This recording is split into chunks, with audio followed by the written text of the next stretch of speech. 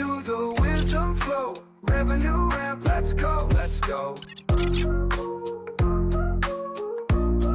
Let's go, let's go. Hey everyone, welcome to Revrag TV Podcast. I'm your host Ashutosh, and today we have an exciting episode featuring a founder who has built not one but two companies, right? And that two amazing companies. We'll hear more about it. So today we have Nalin, the co-founder and CEO of Storylane, a platform that helps marketing and sales team create interactive product demos, which we as a sales team always have problem with those showing demos, right? So I think this is the best tool to do that. Before Storyline, Nalin was a co-founder of Kinderline, the first SaaS platform for early education, which was eventually acquired by Procare. So we are going to dig deep into Nalin's entrepreneurial journey. How did he became a CEO while he was a software engineer and then CTO, so on and so forth. So I think it is going to be amazing. So Nalin, we are thrilled to have you. It would be great if you can, for the audience, give a brief about yourself and then we can jump into your story. Sure. Thanks so much for having me here, Ashutosh. Great to connect and happy to share my journey a little bit. So yeah, a little bit about me. Nalin, founder, CEO of Storylane today. So I'm a kind of a tech engineer turned into where I am and totally enjoy what I'm doing today. Been very early in my career. I was started like as an engineer. And then when I say engineering, also I was in the deep tech. Like back in the days, it was called traditional computer vision, machine learning. Today, everything is bracketed under AI. So this is how I started my career. This was in 2008. Built AR glasses when Google Glasses came out. And I was a CTO there in a company called Dacry. Built a large engineering team there to build out deep tech in hardware and software. And after that, kind of moved on into a couple of companies. Of course, Storylane is the second stint at this point. So yeah, happy to chat more about it. So it's been an exciting phase in the last decade, actually, and what we're seeing next decade as well. Absolutely, absolutely. Great to have you again, right? So, Nalin, before we jump into your entrepreneurial journey and your career, right? Would love to know, like, where are you from, which school, and like, how did you actually came into building products and how did it happen? For sure. So did my schooling and my undergrad in Bitspalani in India. So I did my CS, and then I spent I would say 3 to 4 years in Bangalore, working in a couple of stints like in Honeywell. It was an R&D group there, and then a group called Sarnoff. Sarnoff is did a lot of research on computer vision. So a couple of years in Bangalore. So I was very focused on continuing on my research, and I came for masters over here in US. Continuing my thesis, we were building in computer vision object tracking. So continued along those journeys. So I think after I came to US and did my grad school and then joined the job, then I realized like what's in the Bay Area is like forget about this continuing in this master, like continuing on the research side. A lot of applications of research in startups was huge at that time. Once you come in, it kind of opened like what's possible there. That led me into a little bit around like entrepreneurial journey, I would say. And this was in 2008, after graduation, 2009. So it's like 15 years back. Until then, I was all about like, let's publish more papers, put some more patents around it. So there are a lot of papers and patents, but kind of the switch somewhere flipped and said like, hey, no more PhD, we should pursue, and then stop at masters. And then I said like, let's jump into some startups.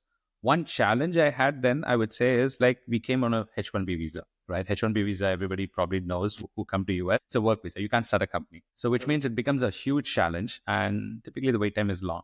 So I try to be part of companies or like find the founders who are citizens who can start the company. I can join them. That's how I kind of started then, so that they can sponsor me. So my earliest stint after I joined Amazon, spent 2 years, and then I moved to a company called Dacry. So that company I found out is like a founder who's looking for a co-founder or like a first engineer, barely had anything, but then he can sponsor the visa. So I just wanted to join something where I'm willing to take a risk, but the only thing is like I need someone to sponsor the visa.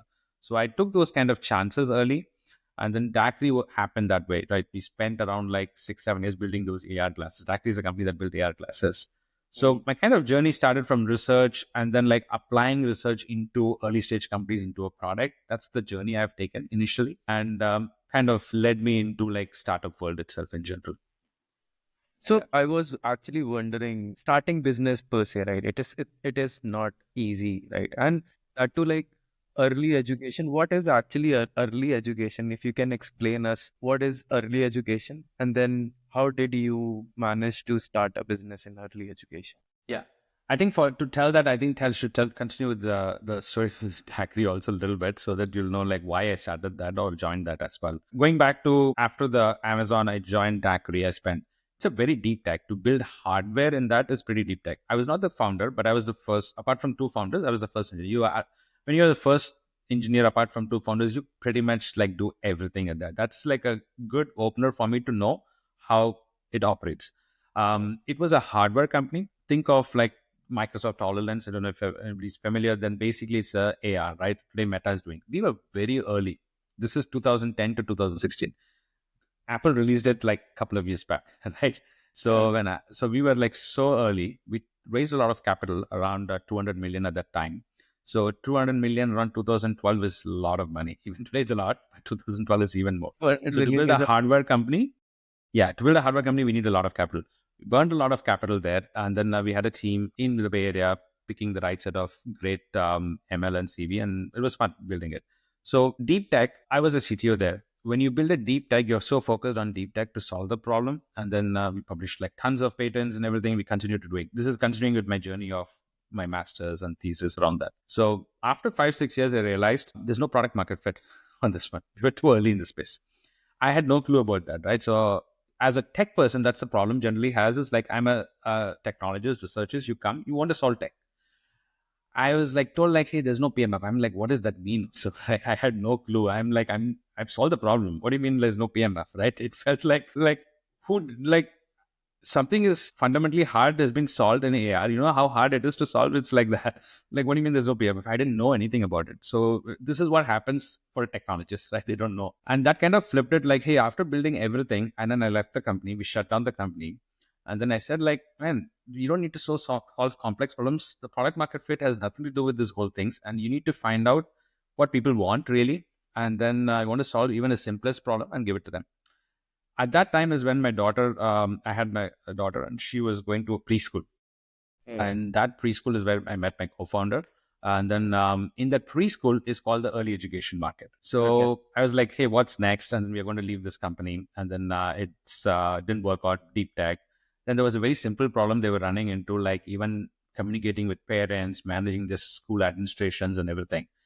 I found like this is very old school archaic. We found like, hey, let's go build a product quickly on these ones. And then I know the market isn't that sexy or big, but there is a clear value. I had like they desperately need some solution. So that was my foray into a little bit of product understanding, talking to a customer, building that. From a tech, completely learning that part was like a big eye opener because you never do that generally. That was my first job as a co-founder where I learned talking to them, understanding what they want, even if it is a very basic UI screen, to design that yourself. So that helped me become a good product person, good designer, good salesperson, good tech person. Kind of understood the PMF a little bit, right? What people are referring, why my first company, technology company, failed also.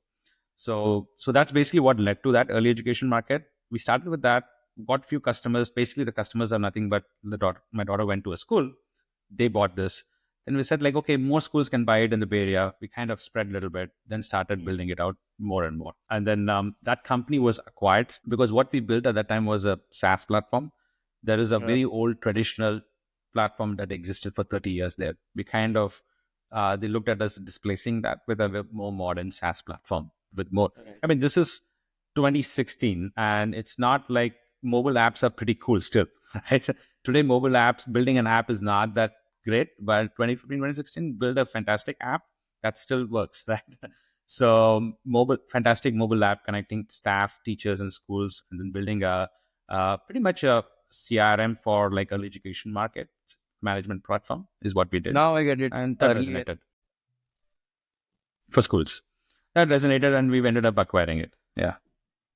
Got it. I sorry to cut you. I think a name now. Now I'm able to understand Kinder Live, right? So Exactly. The name speaks for itself, I The name think. Yeah. speaks for it. It's for kinder. Yeah. So I think no, great.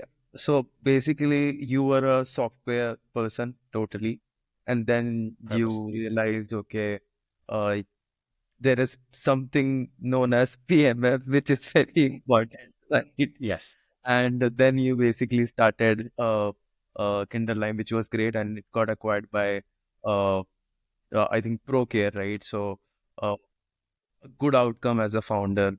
So specifically speaking, like, can you briefly explain about, like, I'm not going into too much detail, but how did you approach acquisition process overall, right? So as a founder, is it important to plan exit strategy, or like, uh, did you had an idea that, okay, this software which I'm building is going to be acquired by someone, or was it not a thought uh, while you were building? It was just a serendipity that happened. So any thoughts on that piece?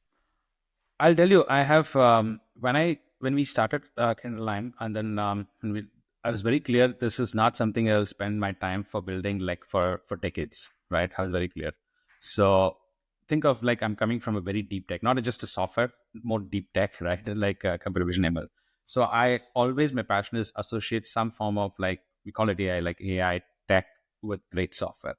So I know this is my whole venture into Kinlan was to find out like I need to learn how to build, sell, and build the product. So I was very clear this market is lagging behind in 10 years. Typically, education market, right? You have a deep tech come in some of the industries, and ed tech market is always lagging behind by 5 years to catch up on tech. For them, even a mobile app at that time was like fantastic, right? To build it, right?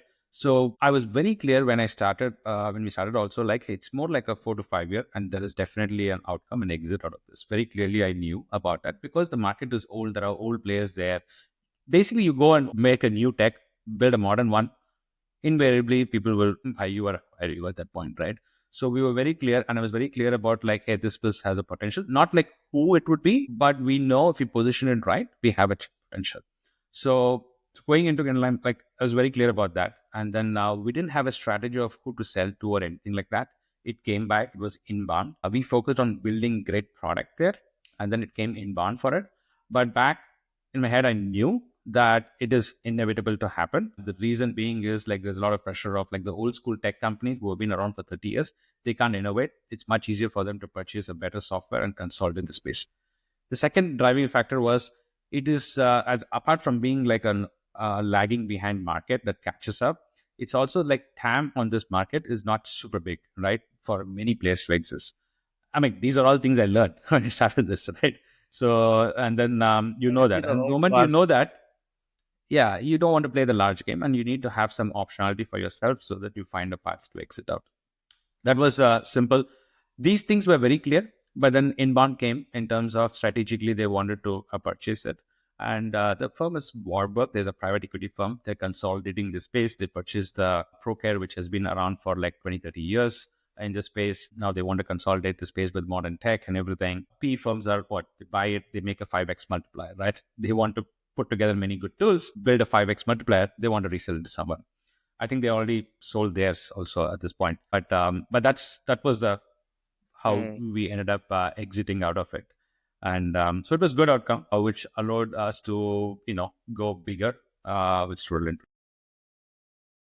So now going to Storylane, right? But I have a question. I'll come back to that question. Actually, I wanted to discuss the GTM part of Kinderline, but I will contrast it with the Storyline because I want to understand the approach of first time founder and the second time founder, because now 100%. you have done GTM for both, right? So, but coming to Storylane, how did it happen? How did you got the idea?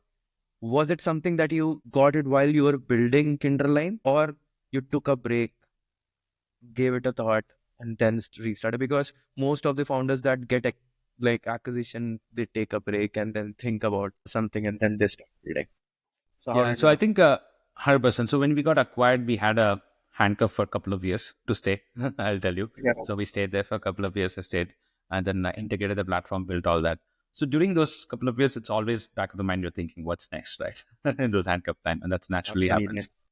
I, I, don't- I it's like a break only, right? I mean, you're building it and then you're thinking about it. After that, I didn't take any break. I was like, suddenly it's clicked like, hey, this is what we want to build. I'll tell you what, while building my previous company, the Kindle Limes thing, we had one of our competitors and then who had demos on their website. It was completely built by themselves. So our product was PLG at the time. So we found this to be fascinating at that time. Like, hey, our competitor in the Kindle Lime, I'm talking about early education space in Kindle Lime, the competitor had demos on their website. We found like, hey, this is so cool. Can we build this similar to this? This is like before it's called interactive demos, right?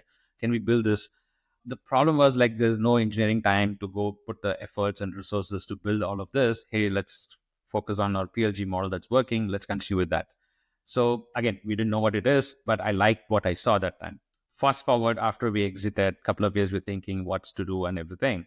And we felt like it's always best to go back in your time and see like what kind of clicked on you, and we feel like as an opportunity for your next venture, and then it needs to resonate with you that you saw this pain as well. So one of the things that happened when we were selling was this competition always like one of them had a demo and they always talk about that. So we felt like let's go and build this, and then in a way that we can position it to sales and marketing teams to put demos on the website or share these demos.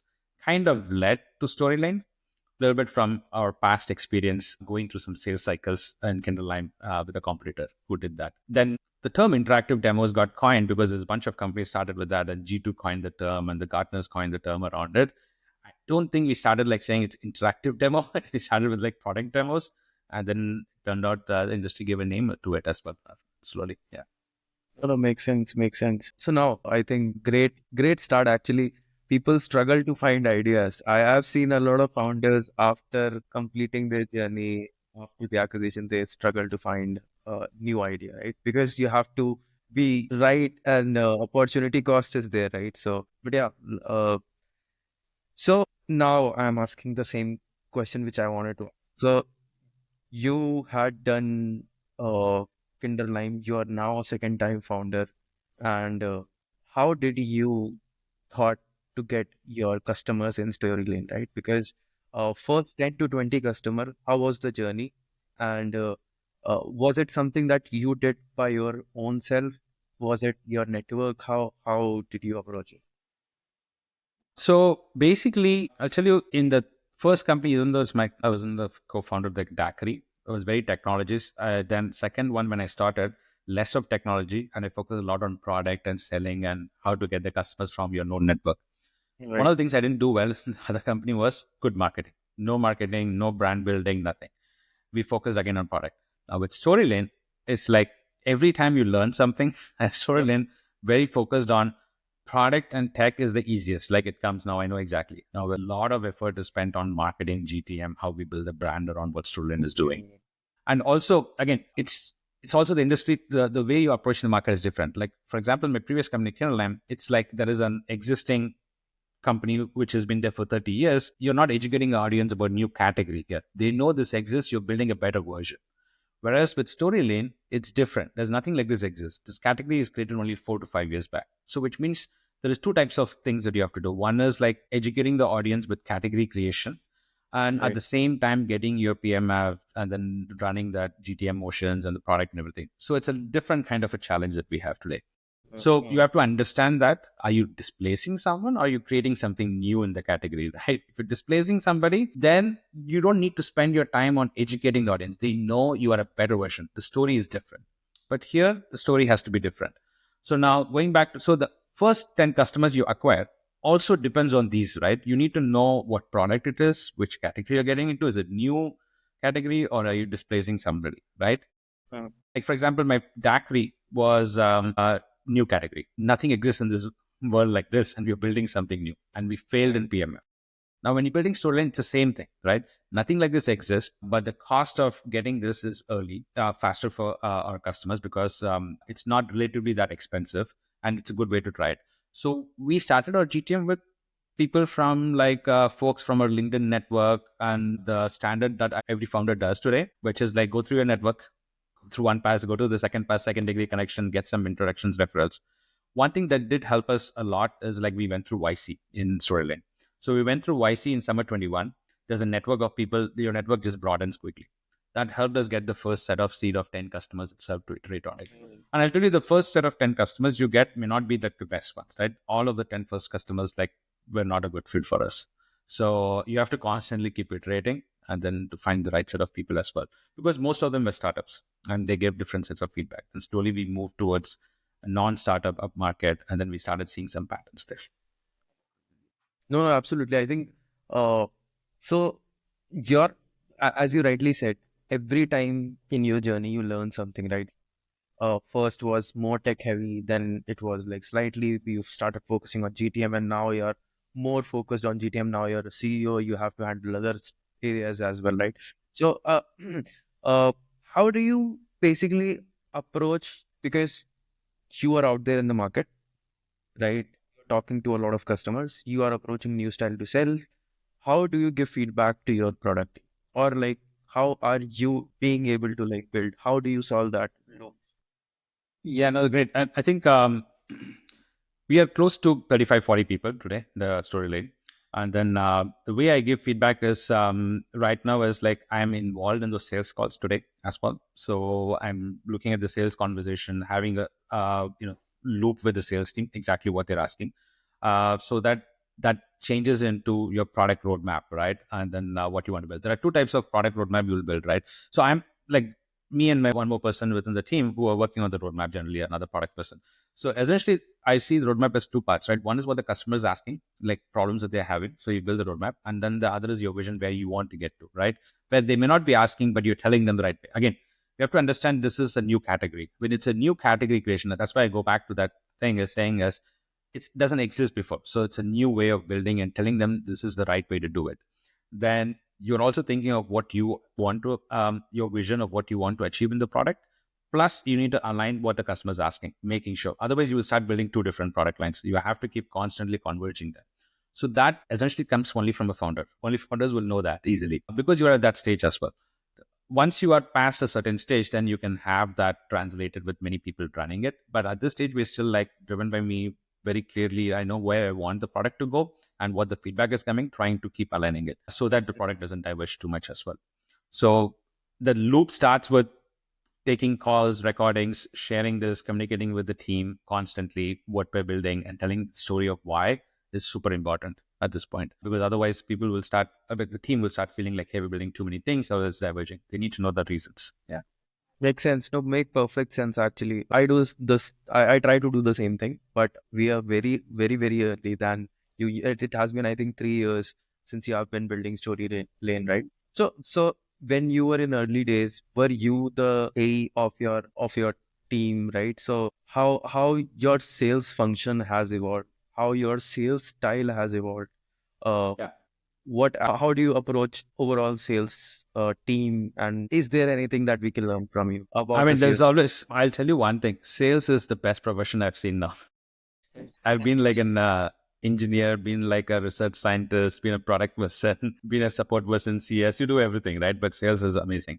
There's a lot of art and science to that. I mean, like this is my first sales job, right? So as a founder, right, you're doing. I mean, yeah, last one was, but my co-founder was more selling. I was taking a little back, but now I'm more selling in Storylane. And I'll tell you, there's a lot of art and science to it. The reason is like you learn the nuances. You no matter what, you read so much about like people will be like sales coaches, that and this, and everybody will give their opinion. Do it yourself. You are the best sales coach, man. I'll tell you, like you learn so much from that. And generally, I've seen is if you are a tech person, my sales style is also about like problem solving for the customer, right? And customers are coming to solve their problem, and a tech person always solves a problem. You know, if you look at it, right, it's not sales. So I always say any tech person turn into a sales, you'll be the best sales guy anytime, right? That's why the founders who are tech will be We're great going to quote salesperson, I that. feel. What is that? We are going to quote this statement for a lot of people actually. And it is true. And the problem is the tech people don't know how to communicate that effectively to be a good salesperson. If any technologist can be a good salesperson by communicating what he's doing in customers' words, by solving that problem, leaving the tech out, he's the best salesperson. Because invariably the conversation starts into like slightly gets technical in those conversations, trying to understand The tech person is kind of abstracting those things and solving the problem still. And also, if they want to go deeper, he has the knowledge and the know-how of how to deal with those things as well. I Makes have sense. found any tech person becoming sales is like the best thing, and they should do. Very few do that. So to me, it was like when I started selling, like I didn't know, and then every calls, every record, every demo calls, talking to customers was a learning. And then I'm still an AE.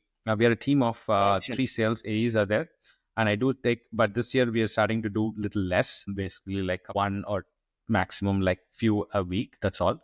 But then most of them, my team does it as well. But a lot has evolved. The first year and a half, it was only me. After that, we had like one or couple of AEs, and then slowly. But today we have like not a big, but at least we have like three and a half AEs, and then myself. So initially, I learned about like I kind of split this into 3 parts, right? In my sales, like how I try to score a good sales call or sales like an opportunity. Typically what happens is like if you're getting on a call, the demo call, that's like 50% because you best time is to when you get on a call in person, 30 minutes, you're spending time. They have a problem that you're trying to address. Best chance for you to win. Trying to understand the details of you showing your product, understanding how the conversation between you and the prospect is happening is super important. Then I would say the remaining 25%, 50% of your chance of winning a deal is there. The remaining 25% I see is in the follow-ups, in the emails, how you're adding value there in those conversations, giving the value so that they can be a good champion, right? That's a 25%. The last 25% I would say is more about like how you are multi-threading in general. Like in a deal, like how you're looping in your brand involved in it, your LinkedIn's, like an AE is doing, how he's involving a CEO in it. Basically, like how you are communicating about the brand in your LinkedIn post.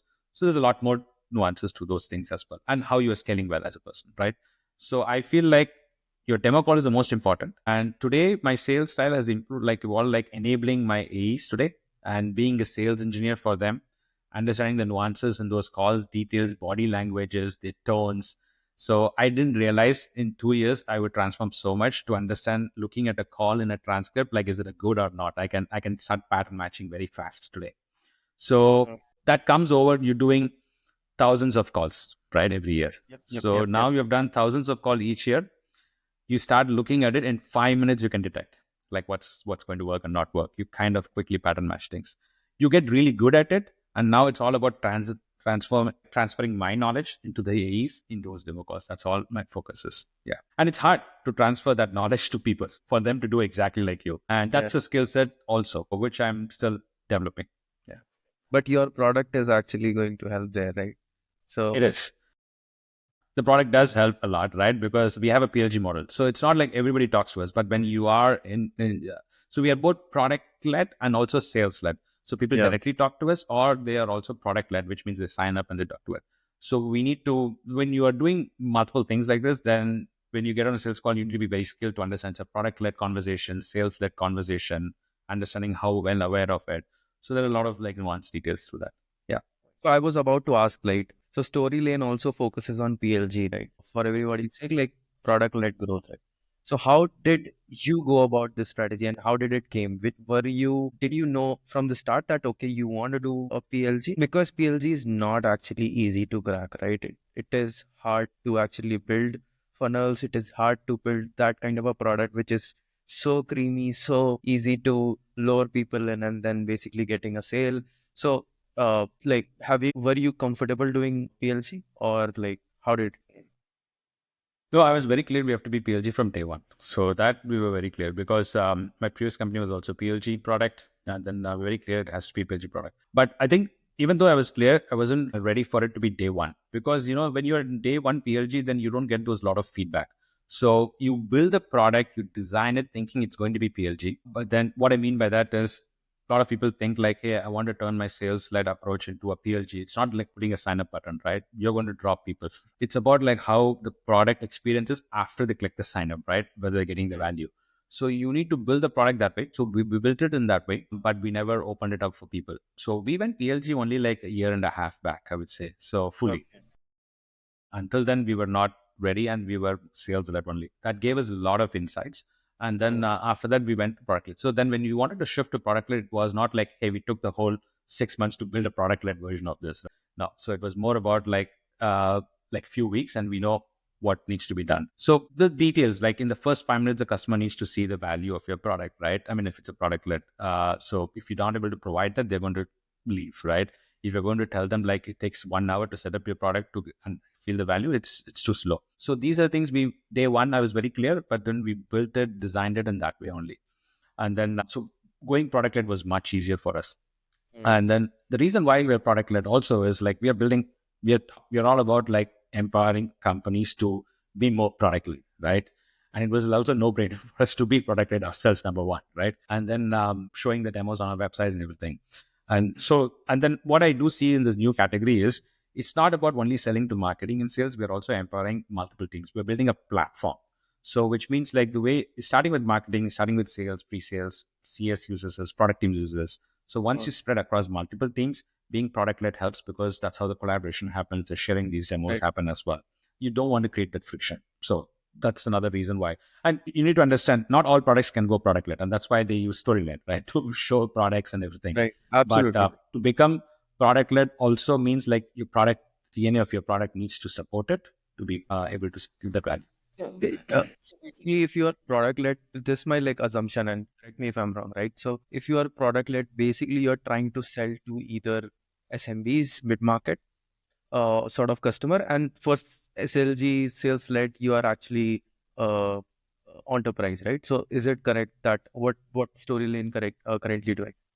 Correct. That is exactly how we approach it as well. A lot of mid market is what comes to Storylane through even PLGs. And then we start selling into enterprise. And what we have noticed is a lot of enterprise comes through PLG as well. Quite a lot. Some of the biggest enterprises have come through PLG. Yeah. And at some point, it's not like we reached out to them. They sign up, they try it, and then they become like sales. Like, hey, they raise their hand and say, I want to talk to sales. It's not like we proactively reached out to them. They saw the value and they immediately started talking to sales.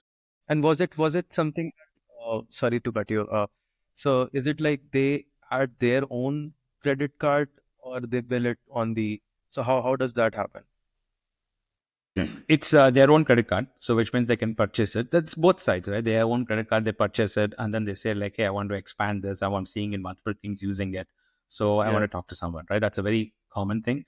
The second is we have a free tier, so which means like even in the free tier, they say like even before putting a credit card, they're like, "Okay, I saw enough value, so give me a deep dive of everything that's there in the product to talk to." So the goal of PLG is also not. There are two modes, right? You get them to sign up, and then the way we are looking at this, that's why I said we are product led and also sales led. So which means they sign up, they get a value in the free version. From there, they go into one of the plans by purchasing it, or we give enough value in the free that they can raise their hand and say, I want to talk to sales, right? You either take them in one path, which is a lot of them do it, like, hey, you can't talk to sales, continue to go in like purchase the plan using credit card.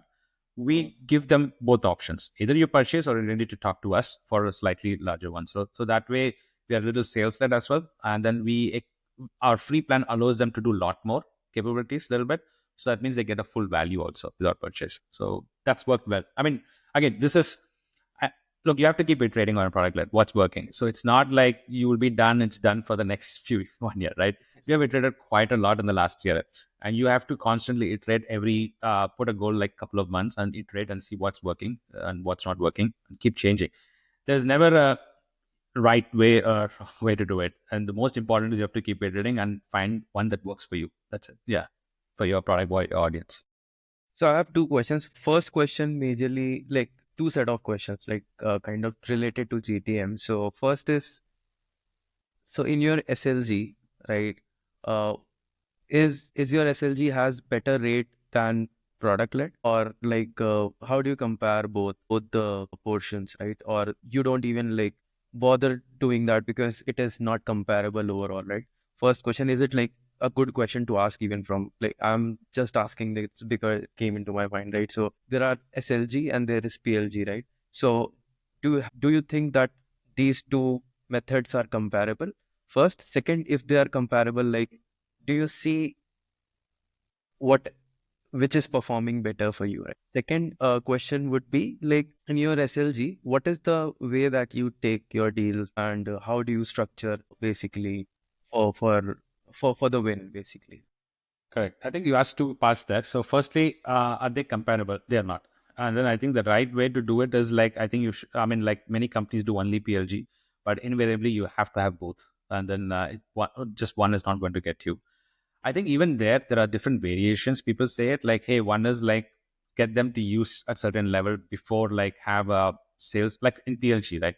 Get the people to subscribe. And then once they are automatically enjoying the product and being on one of the plans, then have a salesperson reach out. That's a product-led sales. A lot of companies started on that, trying to reach out to them and then try to upsell them. And that's one way to do it. What I do recommend a lot of times is, again, depends on your product, is you start there. You don't have to have a salesperson. Give the hand option for your prospect who's a customer there to also reach out, which is more important, I've seen, instead of like a salesperson reach out. They're very adverse to sales reaching out. Rather, they want to raise their hand and then they say like, I have this problem, I want to talk to sales. That's Great. worked pretty well for us, right? Rather than you might send 10 emails from your account manager or salesperson, they're not going to respond to it because they're inherently, they came into your product as a product-led product. But like they felt like, I don't want to talk to someone, I can do everything. When they come with that, find when they're having these troubles, identify that inside the product and tell them, hey, do you want to talk to us? That works pretty well. So basically, that's what I have seen work. And you call it, that's a sales-led only, right? You have a product-led approach to bring them in and then provide them to talk to sales. And at that point, it becomes an inbound to your sales team and sales is trying to Makes sense. So basically, it's top up that is getting increased. I think that's the best strategy overall. That's the best strategy. So, and that's worked the best for us. And in terms of where I would attribute, sales-led is the maximum, always revenue, because those are the enterprise ones, right? Those are the mid-market enterprise ones. People coming in product-led is always like a smaller dollar value for us. And then they talk to sales is where the biggest value for us always comes in. So, And that 100% we do that. Yeah. no, thanks for answering. I'm sorry, I'm like cutting you a lot. But the next question was, I'll just repeat that question for you, is how do you structure your PLG, right? So how do you hire in like your sales team and to get better with your win rates, is there a secret sauce that you use? There's no secret sauce to it in the sense. I think the secret sauce I would say is like your product in general, because at the end of the day, no matter, like it's like your product is very good, right? People enjoy it. It's easy to use. Whatever you're promising them is there. That's like the biggest thing, right? A lot of times you end up promising something that's not in the product, and that's when you start losing. So I think the product is, finally people are purchasing the product. They're going to try the product. They want to see the product. Your product provides the right value, and then your sales is able to complement that very well, correctly. Then your close rate or the win rate is all like very high. When any of those things are off, you're going to lose these, right? So it's these two. It's very simple. I mean, look at it in a simple terms, right? Your product needs to be super good. What you're promising it needs to deliver. Plus, your sales team needs to complement that very well in the conversations or in the emails. That's how it's going to work. Yeah. You can't have a complex product and a salesperson say like, hey, it's so simple to use, right? So you got to know where you stand, like in a very simple way. So as you said that you are in the category creation, right? And I know that we are, so I'll just repeat the question. So you are in the category creation thing, and because SaaS is a crowded market, a lot of people are there. So how do you make sure that you are going in the right niche, you're building your brand, and how do you like make sure is there are a lot of players in that market, Yep. and now there are new, 100%. So right? A lot yeah, of I think there are a lot, and I don't think it's just demos or product demos. It's in every category today, right? I think there is a lot of players in every pretty category, so the reason is it's also more so over like now with AI, it's made it very easy for anybody to launch a company and launch a product, and I'll tell you, it's super simple nowadays, right? So the number of software that gets built is going to continue to grow only, and in fact, like we hit the point where it's going to go exponentially faster also.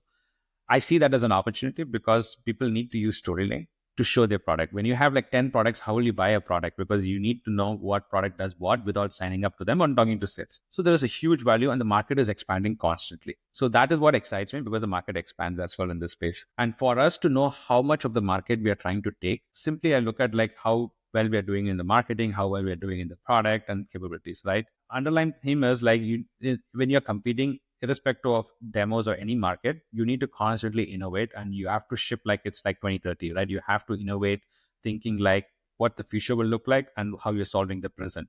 You have to balance those two. You have to look for 2030. And I say 2030, like look for the future, what this category will be, plus solve the current problems of your customers. Like you can't do one or the other. You can't look for 2030 and then like ignore the current customers, or you can't only focus on current customers and ignore what's in the future. So you need to strike the balance. So that's how I approach not just in product, but across all our teams as well, be it marketing, be it support, be it sales as well, right? You have to have that little bit of futuristic approach plus solve the current problem. So that's how we approached it. So in marketing, it could look like, hey, how much of a brand volume, brand search is increasing for Storylane. So which means how are we innovating to look like we are the platform for the future, but at the same time, providing the brand value today. Again, same thing you have to apply across different teams. That's how I approached it so far, and it worked last year, couple of years as well. So we're hoping to double down on this and probably learn something new and change, pivot little strategies around that. Yeah, that's what I would recommend, suggest people to think. This question might come as a tricky question to you, but have you ever thought of pivoting while you were building Storylane? Have I thought of pivoting? No, I don't think so. Thought, anything that came? No, we didn't. And I think before starting Storylane, we had like 2-3 things that we were planning to build on, and then we picked on what we're building in Storylane at that point. And then no thought of pivoting came up. But well, I would say the only thought I would say is our go-to-market should be marketing or pre-sales. Who should we focus on first, or CS? Yeah. So around that we had, but we know there's a value of what we're building early on. But it's more like, hey, there are many teams can use it. Who should we approach first? That's a question that even now I always still have some of these questions because it's a new category you're learning. That's the part I would say. But then apart from that, we're Majorly, good it is at that. GTM teams that can use Storylane. Correct. So then we honed in on GTM teams. Yeah, exactly. Make perfect sense. So now that AI era is here, right, and there is AI everywhere, how are you seeing your product and your category evolving? Because as you know, like humans are very fascinated by videos. Humans are fascinated by pictures, right? There is a lot happening in pictures and video whenever there are LLMs being talked about. So anything specifically you think that AI powered tools are able to add value in this category? How is the future look like? As you were saying that you really think and you ask your team to think about 20 things. 100%. One of the themes this year in 2025 for the team is to scale up from where we are. So a lot of AI tools we're starting to use as well. I mean, we've been using last year, but a lot more empowering folks to use it. We ourselves are launching many things coming in February and March. Not to disclose too much, but a lot of AI powered demo building and helping buyers and sellers is coming out in the next couple of months. But going back to not just within Storylane, going back to some of the tools I do like is like when like even for engineering perspective, right? There's a cursor. Our engineers use a lot cursor, which allows you to review your code base, review your pull requests, fill in the unit test. These are amazing. I mean, like it saves so much time in a week for an engineering developer itself, like pretty quickly. I find those kind of tools pretty fascinating, and I do see like it will change quite a lot. You will have a virtual, AE, right, selling your software at some point. You have a virtual SDR sending emails today and driving inbound. You will have virtual salesperson taking calls as well at some point, qualifying them. So look, at the end of the day, demo automation itself is automating demos basically so that you're saving sales time and then getting them well-educated to the product. It's always fantastic to have like a virtual person selling those as well. So things like this will evolve consistently. And we are just at the beginning, I would say. Not just sales, right? I just talked about cursor and engineering help. So be it any market, any vertical specific AIs are super useful today, solving them. And then that's basically what I see a lot more happening, more a vertically specialized AI solutions will happen a lot. Makes sense. And do you see like any AI agent being built by Storylane? Yep, we're launching it in the next couple of months. Yep. Okay, we're launching AI agent. I will be Yes. following up then. Yes, We'll have another session once you launch. 100%. Around March, we're launching. So it'll come out by end of Q1. So we're still working through it, but I think there will be an AI agent that we'll build.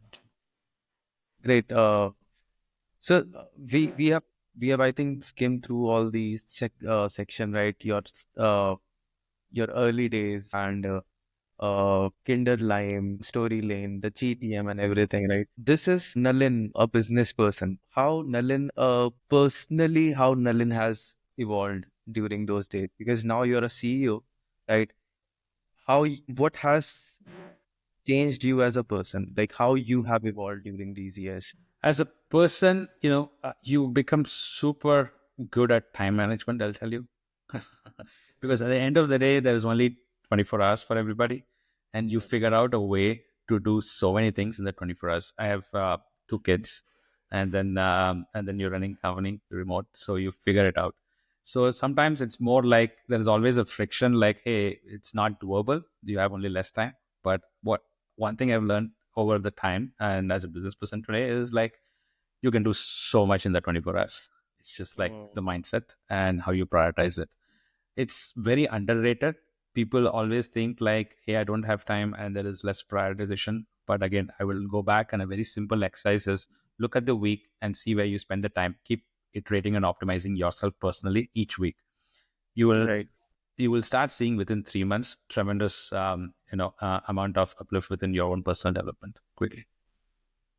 One quick example I'll tell you. Somebody said, hey, I don't have time for an exercise. I said, like, hey, between calls, 2 minutes, I can just take a walk around my backyard and come.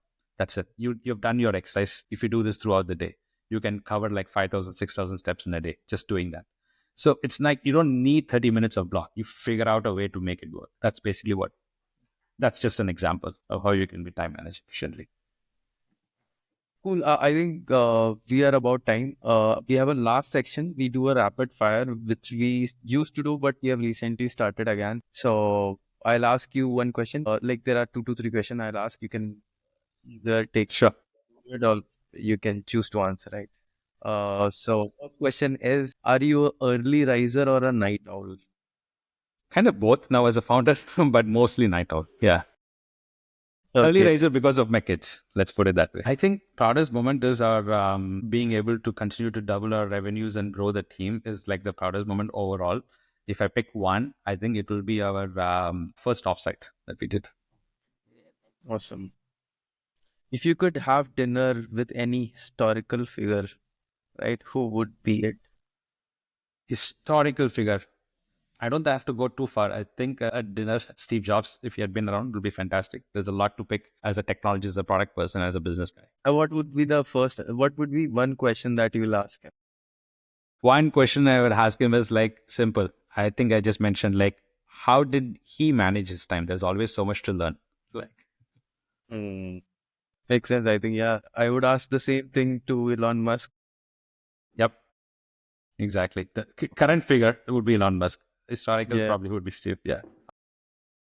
One word to describe your sales style. I think you have already mentioned that, but yeah. Yes. Problem solving. Mine Yeah. is like just solve the problem. That's it. That's how I approach it. Yeah. If you were in your current industry, what would you be doing? Current industry, I wouldn't even swap this. I enjoy technology and everything. If I wasn't doing what I'm doing, I would probably be a tech person solving some tech problems. That's probably what I would have been doing. But I'm super happy with the current industry and the market. I wouldn't swap it at all. Like, this is the best you're in the market. Yeah. So the one last question, and then we can end this. So, which is the one song that you will listen to after your biggest win in your sales, let's say? So my daughter will hate it. I don't listen to songs. I only listen to what she puts in, all the stuff. So I'm very less on songs in general. I just focus on like, honestly, I just focus on like on the process, less on the outcomes of it. So as long as my process of what I do and there is a good outcome to it, I'm excited about it. That's about it. Yeah. Less on songs. Great. Great. Thanks so much, Nalin. It was absolutely amazing to have you. It was insightful conversation. A lot of things we learned. We learned about GTM. We learned about PLG, SLG, how to navigate between those lanes and lot more. From you building Kinderlime to scaling Storylane now, right? It is like it is inspiring. So anyone who wants to reach out to you and want to learn from you, like where would it be that they can reach out to you? They can reach out to me on my LinkedIn, the easiest. Connect with me on LinkedIn, message me on LinkedIn, or of course, that's the easiest way to do it. So I connect with a lot of people and have the conversations. So yeah, please feel free to ping me on LinkedIn. Thanks so much. It was great chatting, Ashutosh.